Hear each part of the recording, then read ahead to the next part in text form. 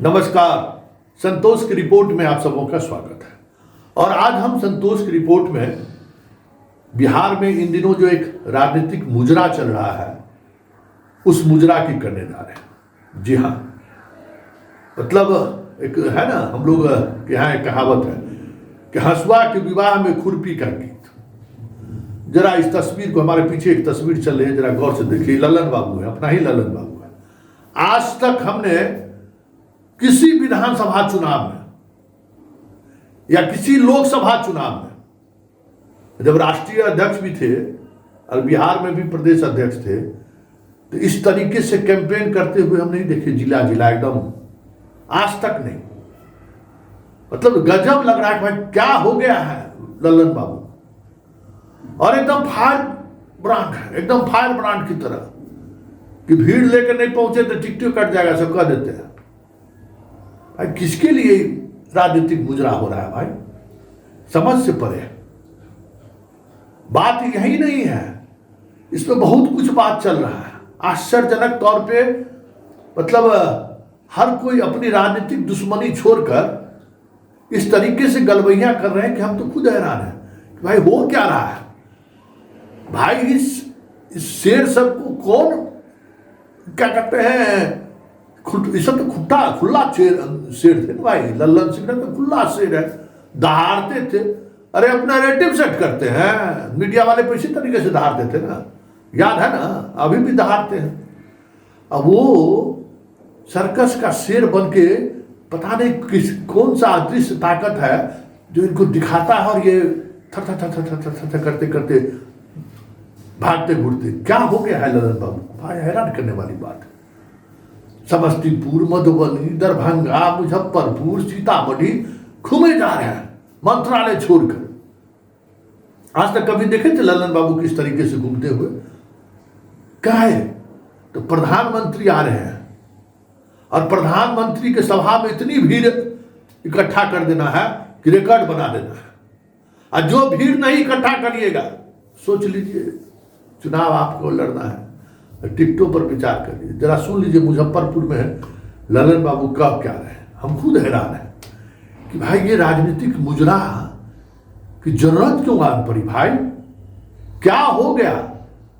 न अभी चुनाव है, न कोई ऐसी बात है। प्रधानमंत्री तो अब बिहार में अब विधानसभा चुनाव होना है तो हर महीने आएंगे, आ भी रहे हैं। अभी भागलपुर में कार्यक्रम हुआ है, उसके बाद अमित शाह जी का हुआ, तभी तो चुनाव होगा ही। लेकिन इसके लिए इस तरीके का कैंपेन, बाप रे बाप, कुछ तो बात है। तो पहले जरा सुन लीजिए कि मुजफ्फरपुर में क्या कहें, जरा सुन लीजिए। तो 2025 के चुनाव का तैयारी है, इसलिए मुजफ्फरपुर के लोगों को अभी माननीय विधायक लोगों को सबको फायदा है, इन्हीं लोगों को। हम तो एमपी हैं, तो हम तो एमपी हैं, तो हमारा तो अभी चुनाव है नहीं। हमारा में चुनाव होगा 29 में नहीं। तो ये चुनाव किसका है?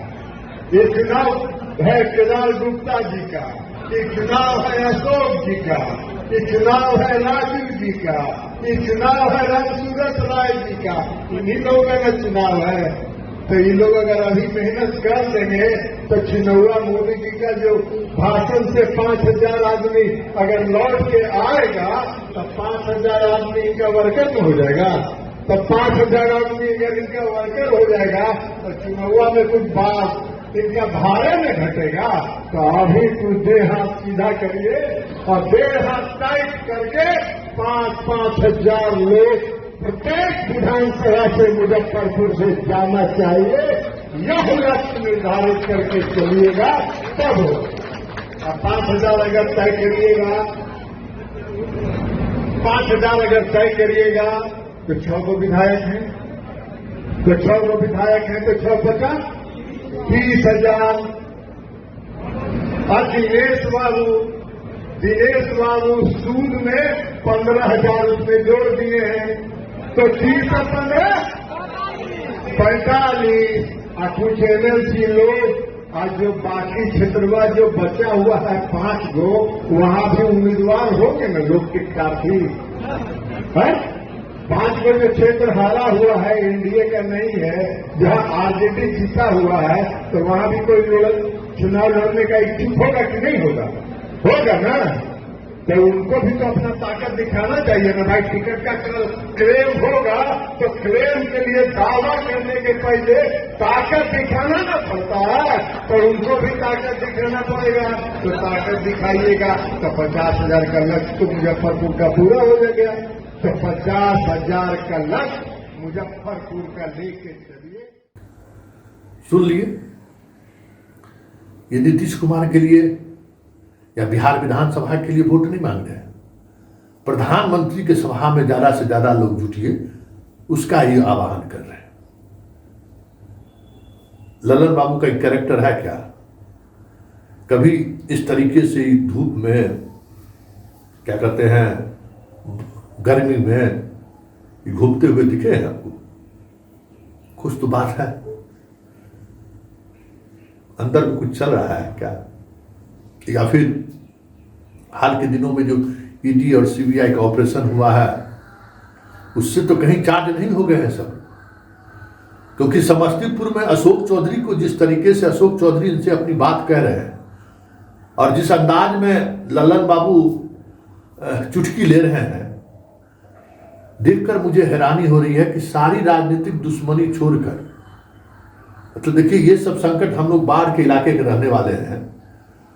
जब बाढ़ आता है ना, तो देखिएगा एक गो पेड़ पर सांपोर बैठा रहता है, नवला भी बैठा रहता है, मेढक भी बैठा रहता है, सब तमाम, क्योंकि सबका जीवन लगता है कि खतरा में। अरे बचेंगे तब ना एक दूसरे पर हमला करेंगे। तो कुछ इसी तरीके का राजनीतिक मुजरा बिहार में चल रहा है। जैसे लग रहा है कि हर कोई अपने बचने के लिए कुछ न कुछ चीजें कर रहा है। जरा सुनिए, अशोक चौधरी और ललन सिंह का। अशोक चौधरी, ललन सिंह जब पहुंचे समस्तीपुर, तो अशोक चौधरी गुलदस्ता लेकर आगे बढ़े, और आगे बढ़े तो उनकी बेटी सांभवी वहां से सांसद है। तो आगे बढ़े तो क्या हुआ, जरा आप भी देखिए।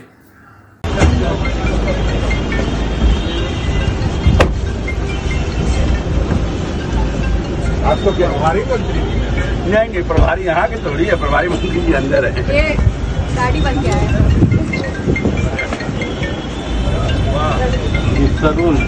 तरुण जी एमएलसी थे। आप प्रभारी है कि नहीं? प्रभार हटवा में दिए आप हमारा प्रभार चल सीतामढ़ी चल गए। सरवंत बाबू हैं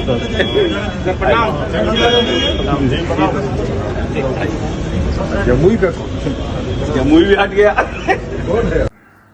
सुन लिए, इतना अपमान का घूंट पीने के बावजूद भी, सार्वजनिक रूप से उस अपमान की चर्चा करने के बावजूद भी, अशोक चौधरी जैसा व्यक्ति, ये भी एगो शेरे है, ये भी आदमी कभी झुका नहीं है। जैसे याद होगा कि ललन सिंह और अशोक चौधरी से सीएम हाउस में विवाद हो गया था, बरबीघा को लेकर बड़ी बवाल हुआ था।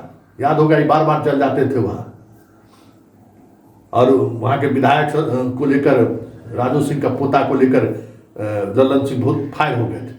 तो उसी अंदाज में अशोक चौधरी जवाब भी दिए थे। ये अलग बात है कि उस लड़ाई में उनको जमुई से हटाया गया, उस लड़ाई में उनको लगातार नुकसान होता रहा, फिर भी ये आदमी डटा रहा राजनीतिक तौर पर। और वो आदमी आज गुलदस्ता लेके खड़ा है, और मतलब कह सकते हैं कि ये हंसी बनावटी हंसी ही है, लेकिन हंसते हुए स्वागत कर रहे हैं। कुछ तो बात है, कोई अंदर अंदर कोई बाढ़ जैसी विपदा जरूर बिहार की राजनीति में आई हुई है। बाढ़ वाली विपदा जिसकी हम चर्चा की है कि उस बाढ़ की विपदा में हर कोई एक दूसरे की दुश्मनी भुलाकर एक पेड़ पर टक टक टक टक देखते रहता है कि पानी कब कब हो कि हम टप से खा जाए। पानी कब, बाढ़ का पानी कम होने का इंतजार करता है। उसी पेड़ पर कौवा भी बैठा रहता है, सांप भी, नेवला भी, सब, मेढक भी, सब, और एक दूसरे को टक टक की निगाह से सिर्फ पानी के घटने का इंतजार करता रहता है। तो ये बात समझ से परे है कि आखिर यहाँ बिहार में ऐसी कौन सी राजनीतिक विपदा बाढ़ आई है जो सारे के सारे लोग अपनी दुश्मनी भुलाकर इस तरीके से गड़बड़ियां लगाए हुए हैं। कुछ तो बात है।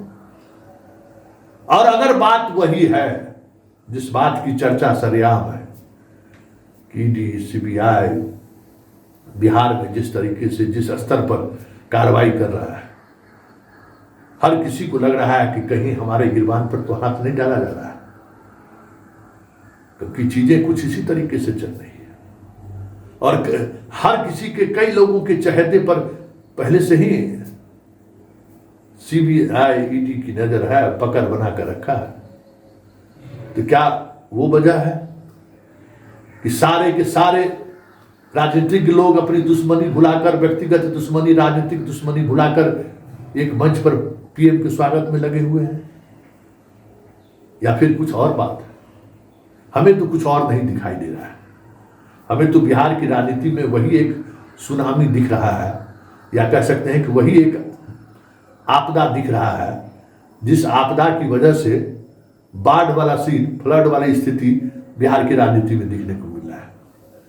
आज तक कभी ललन सिंह वोट मांगने के लिए किसी विधायक के लिए गए हैं क्या? प्रधानमंत्री के लिए भीड़ जुटाने के लिए लगे हुए हैं।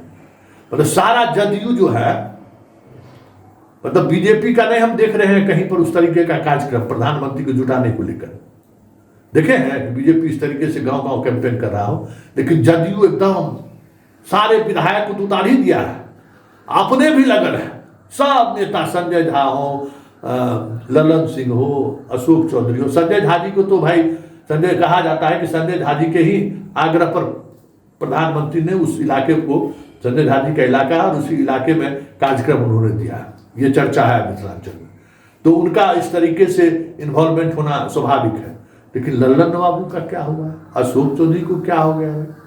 गजब। अशोक चौधरी समझ सकते हैं, सारे लोग एक मंच पर दिख रहे हैं, देवेश चंद्र ठाकुर से लेके रामनाथ ठाकुर से लेके सब के सब, मतलब अंदर ही अंदर कोई बड़ा सुनामी चल रहा है, राजनीतिक सुनामी, जिस सुनामी की वजह से जान बचाने के लिए जैसे लग रहा है कि सब लोग एक प्लेटफॉर्म पर आकर खड़े हैं। लेकिन एक बात समझिए, ये जो तस्वीर है ना, ये तस्वीर उन लोगों के बीच भी जा रहा है जो नीतीश का वोटर है। ये तस्वीर उन लोगों के बीच भी जा रहा है जो नीतीश के लिए ग्राउंड पर लड़ाई लड़ता है। ये तस्वीर उन लोगों के बीच भी जा रहा है जिसके दिल में आज भी नीतीश बसते हैं। और वहाँ उन लोगों के बीच नीतीश को लेकर जो बेरुखी दिख रही है, वो बेरुखी अगर वाकई में ईवीएम तक दिख गया तो प्रधानमंत्री के कार्यक्रम को सफल बनाने के लिए जिस तरीके से सब कुछ भूलकर एक मंच पर आ गए हैं, परिणाम कुछ और हो जाए तो कोई बड़ी बात नहीं होगी।